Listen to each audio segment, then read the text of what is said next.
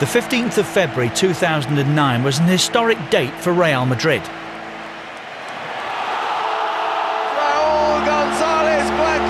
scores his 308th goal in a Real Madrid shirt to surpass Alfredo Di Stefano's all-time scoring record.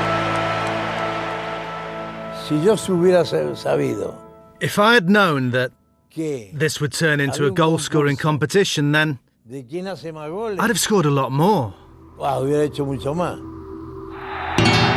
Di Stefano's record had stood for nearly 45 years. Now it was broken by Raul, who'd arrived at Real Madrid as a 15-year-old. Even as a kid, he was always destined to make it at the highest level.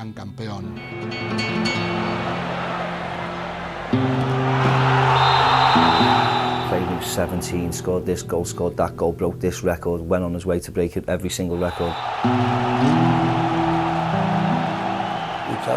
He's a fighter, and he's a Madridista through and through.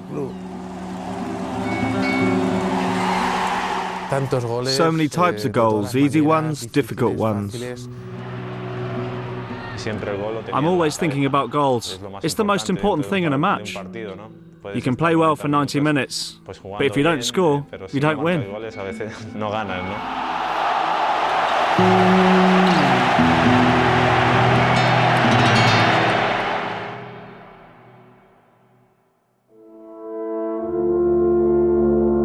Madrid is a city that always thinks big, and Raul has made one of the biggest statements of all, breaking goal-scoring records for Spain and Real Madrid, becoming one of the symbols of the city.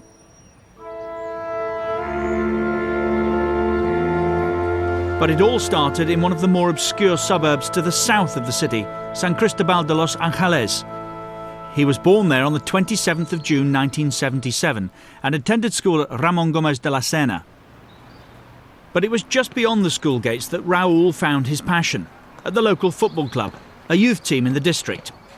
Raul started to play there as an 11-year-old, and one person who remembers the young Raul is Renato de la Cour, one of his first coaches.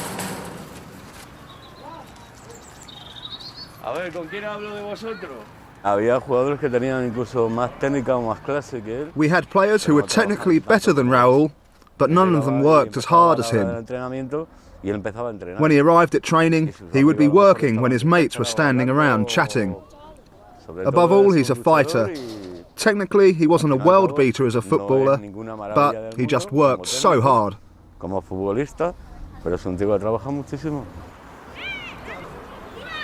As a southern suburb of Madrid, San Cristobal is a stronghold of Atletico Madrid support, and Raul was no exception. His father, Don Pedro, was a passionate Atletico fan, and his son made him a very happy man when Raul joined Atletico as a youngster at the age of 13. He was Atletico through and through, and his father was too. Then, everything changed. So Raul started out at Atletico's Vicente Calderón stadium rather than the Bernabeu. But famously, Atletico's volatile president, Jesus Gil, disbanded the youth scheme, and Raul was left with nowhere to go but neighbours Real Madrid, who were more than pleased to take him. It was a change for the good. Atletico are a great club, but the truth is they didn't put too much into the youth system at the time. Real Madrid gave me a call, and I don't think there's a better place to improve a game. They've produced so many great players.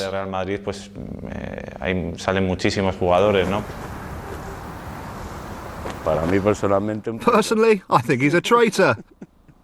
But seriously, I'm very proud to have worked with him, to have known him before the whole world knew him when he was young. Hats off to him.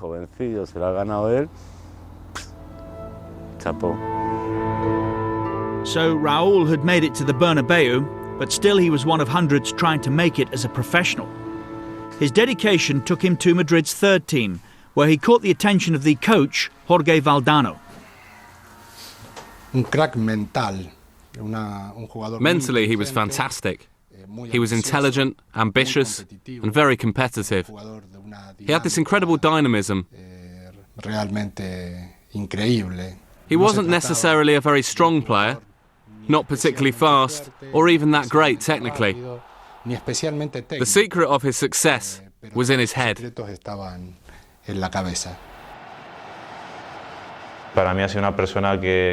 me, Valdano has been really important because of the confidence he gave me and the values he taught me.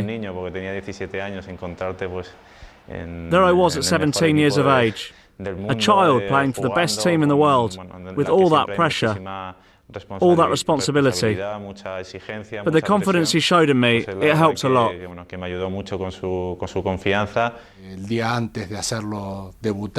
I can remember the day before I was going to give him his debut, I went up to him and said, "I'm thinking of playing you tomorrow, but I'm afraid you might be a bit nervous." And he said to me, "Well, if you want to win, then play me. If you don't want to win, put someone else in the team." He had such extraordinary self-belief, especially for the kid that he was. The debut came on the 29th of October 1994 against Real Zaragoza, and Raul became the youngest player ever to play for Real Madrid. He was just 4 months past his 17th birthday, and a week later there was an even more significant game for the former Atletico fan. That's one of my best memories, making my debut in the Bernabeu, and the goal I scored. I don't think I've ever celebrated any goal as much as that. It was a dream come true. I was in heaven. It was great for me and my family, my parents and my friends.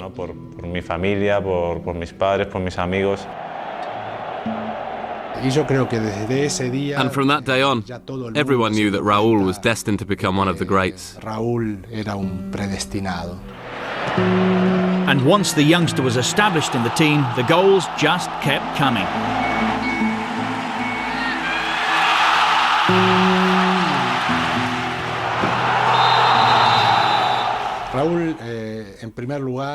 Raul is all about goals. He always had the edge over everyone else inside the area because he was so clever.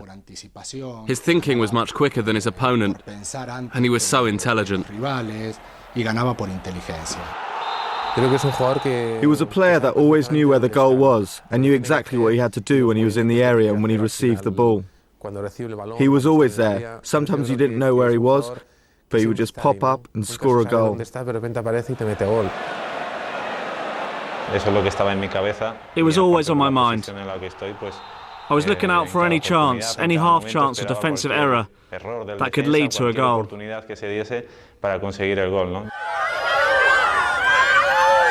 Raul quickly became a star of the Primera Liga. He won his first league title in 1995 and another followed in 97, with Raul voted the best player in La Liga that season. At the end of the season, a new strike partner joined. Fernando Morientes teamed up with Raul to form one of the deadliest strike partnerships in Europe. We knew each other well because we'd played for the under-20s at national level, and we complemented each other so well. We both brought in different qualities. He scored because of his movement, and I would play down the middle and make the space for him. He was so strong when he burst into the area and scored so many goals. By the time Morientes arrived, Raul was already well established in the national team, and in time he became Spain's captain and top goal scorer. Playing for Spain is the ultimate. Ever since I was young, the Spanish national team has always been the #1 team for me. It's fantastic to put that shirt on, to score goals for them and to help them to victory. He's the kind of person who always wants more. It was always an honour for him to play for Spain. And he brought that spirit to the national team. He gave everything and scored some very important goals. Raul always has been and always will be the benchmark for the Spanish team because of his charisma and his professionalism both on and off the pitch. He set the standards against which every new Spanish player would judge themselves. But it was with Madrid that Raul was to have the most significant moments of his career. Success, though, at Real Madrid would always be measured against those distant glory days that were always filmed in black and white. The days when Alfredo Di Stefano was the king of the Bernabeu and Madrid ruled the football world.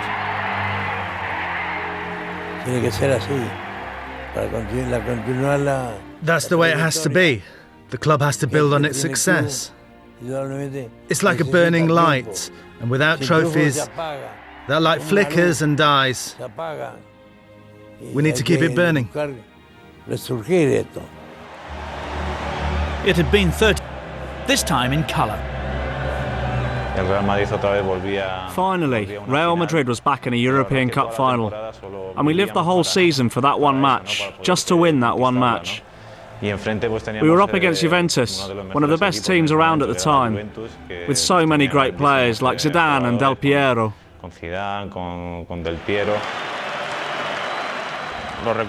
I have great memories, not just because it was unbelievably tense the week before the game, like I've never felt before a match, but also because Real Madrid hadn't won this competition for 32 years.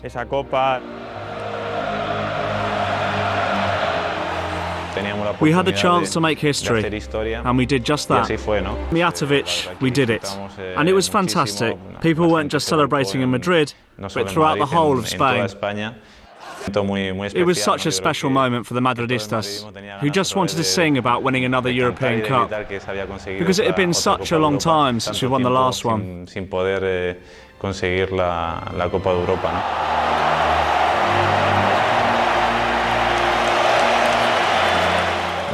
2 years later, we had another chance to play in the final.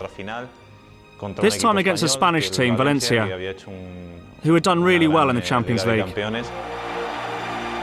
It was a final we could enjoy a lot more, because we didn't have the same pressure, there wasn't as much tension.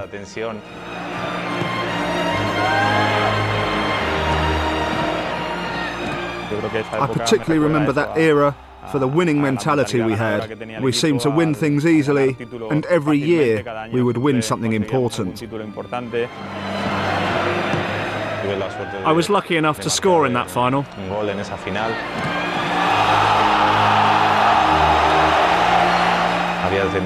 My son had been born 2 months earlier, so for me it was beautiful. A very special final.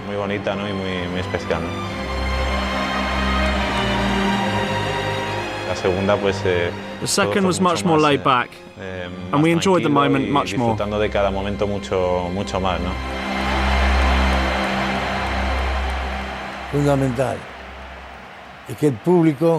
It's fundamental to Real Madrid because the fans are in love with the European Cup, and they demand that we win it.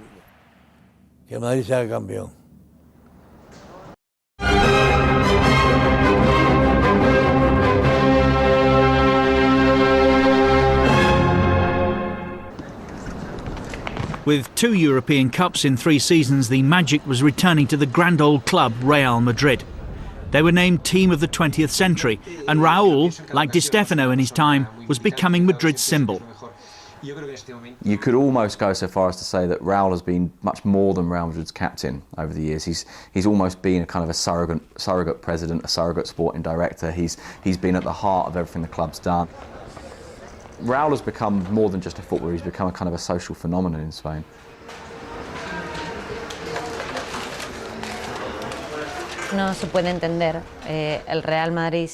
It's impossible to think of Real Madrid without Raul, or Raul without Real Madrid. And more than that, he's become a symbol of Spain. I think his importance as a player has transcended Madrid, and he has become a national symbol. He's been a source of great pride for Spain, a nation that has lacked a figure like Raul, who has symbolised our game around the world. But a new president, Florentino Perez, brought in a new era at Real Madrid, an era of superstar footballers, the Galactico project. Galacticos was on the one hand the most romantic footballing image ever, and on the other the most cynical footballing image ever, because it wasn't just about great players, it was about sellable players. It was about marketing and about image. While the marketing men tried to conquer the world with the Real Madrid brand, they risked unbalancing a squad that was already successful on the pitch. Real Madrid has already won the Champions League twice in 3 seasons, and the fact that 3 or 4 players came in for big money and they were labelled Galacticos, and the likes of Hierro, who was an absolute legend, and maybe Roberto Carlos, who was the greatest left-back probably of all time. They were not labelled Galacticos. It was funny, and suddenly these 3 or 4 names were getting marketed to the highest level and everybody else was getting shifted aside, and it was a case of them and us. Let's just say that the dressing room changed slightly. Beforehand, we'd all been equal, fighting for the same cause. But when this famous phrase Galacticos came along, it spread a little bit of unrest throughout the squad during those years.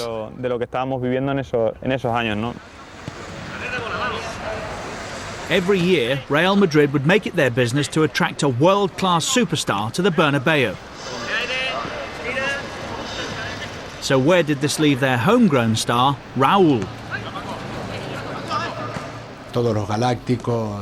The Galacticos gave us a connection to the rest of the world, but Raul connected us to the historical values of Real Madrid. He represented these values because he'd learned what Real Madrid means, and this came out in the dressing room. So in a sense, he was a leader for all these great players who were arriving at the club at that time.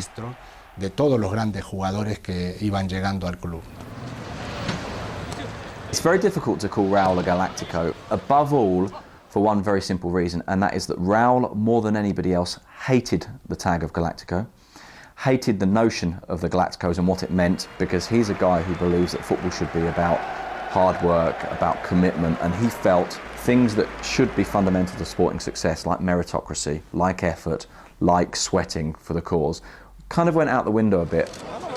Raul, though, kept scoring and kept receiving football's personal awards. And after all, winning is what Real Madrid are all about. There are a lot of great players, but most important was how they were down to earth, just great people. So in one way, it was a brilliant era. But on the other hand, maybe not so great, because we didn't win as much as we should have done, which isn't good at a club like Real Madrid. Although at times an unbalanced side, the Galacticos did have their moments of brilliance. In 2002, with Figo and Zidane in the side, there was another Champions League final to celebrate. Once again, Raul was on target with the first. And to be near him when he scored was fantastic too. I think all football fans, not just Real Madrid fans, will have enjoyed that goal. The European Cup for the team of the 20th century. It was Madrid's 9th and Raul's 3rd.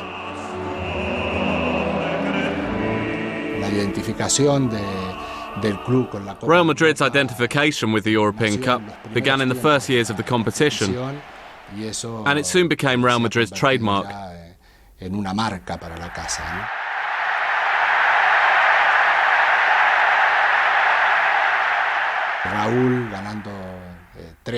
then Raul winning 3 European Cups, the ones filmed in colour, has given him a very special place in the hearts of the Madridistas.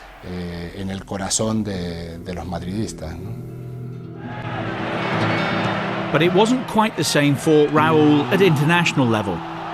Although he's the all-time top scorer for Spain, success was to prove strangely elusive.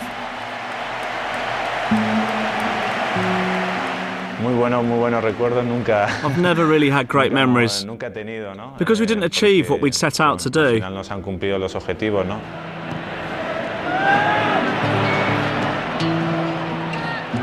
There were a lot of tournaments, and I scored goals at the World Cup. In Korea, I think we were close to being able to do something big. There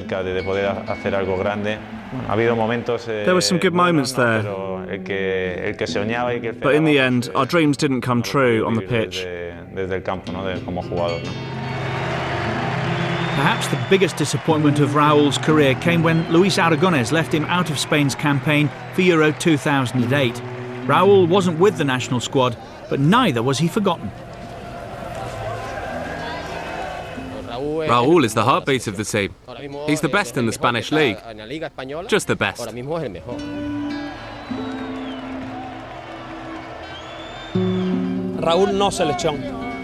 Raul shouldn't be in the team. I'm sorry, he should just play for Madrid, not the national team.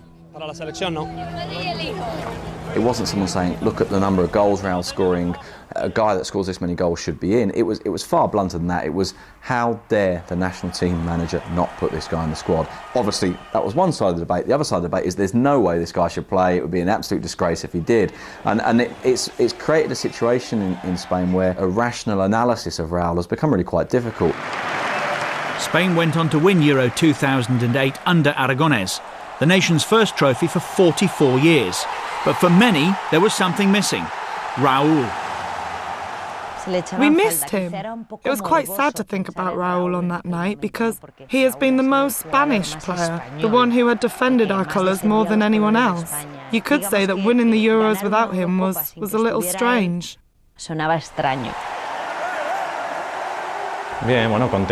I was happy, of course, even if I was a bit envious. I would have liked to have been there. But anyway, I supported the team and I enjoyed it all because we were the best team. Back at the Bernabeu, though, Raul's value had never been in doubt. Against all the odds, another title arrived in 2007 after Madrid had come from behind in the table to beat their rivals Barcelona. It was Real Madrid's 30th Primera Liga title, delivered by their captain and leader.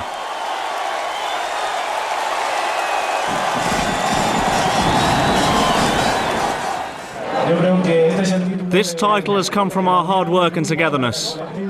So I'd like to say thank you to all my teammates, the coaching staff, and this great Real Madrid family.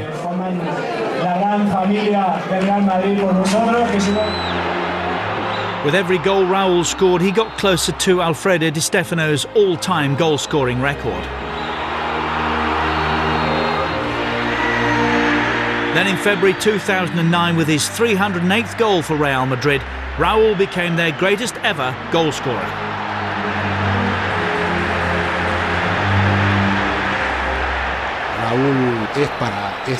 Raul is the same for this era as Di Stefano was for his era. And more than anyone, Raul can express the history of Real Madrid, the sense of what this club represents, and the responsibility. In fact, everything that started with Di Stefano, Raul expresses today better than anyone. Naturally, it may take a lot to impress Don Alfredo, the godfather of Real Madrid. But now it seems there are two true legends at the club. The people love him because he was born here in the city of Madrid. And he's one of the family here at the club.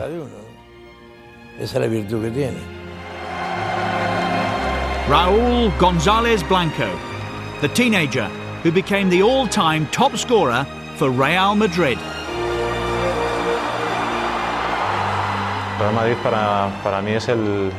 Real Madrid for me is the biggest club. It's my home and where I grew up as a person. They formed me, made me what I am. It's where many people have helped me along with my career. This is where I've scored goals and played great football. And above all, we've won a lot, which is what everyone in the world wants to do.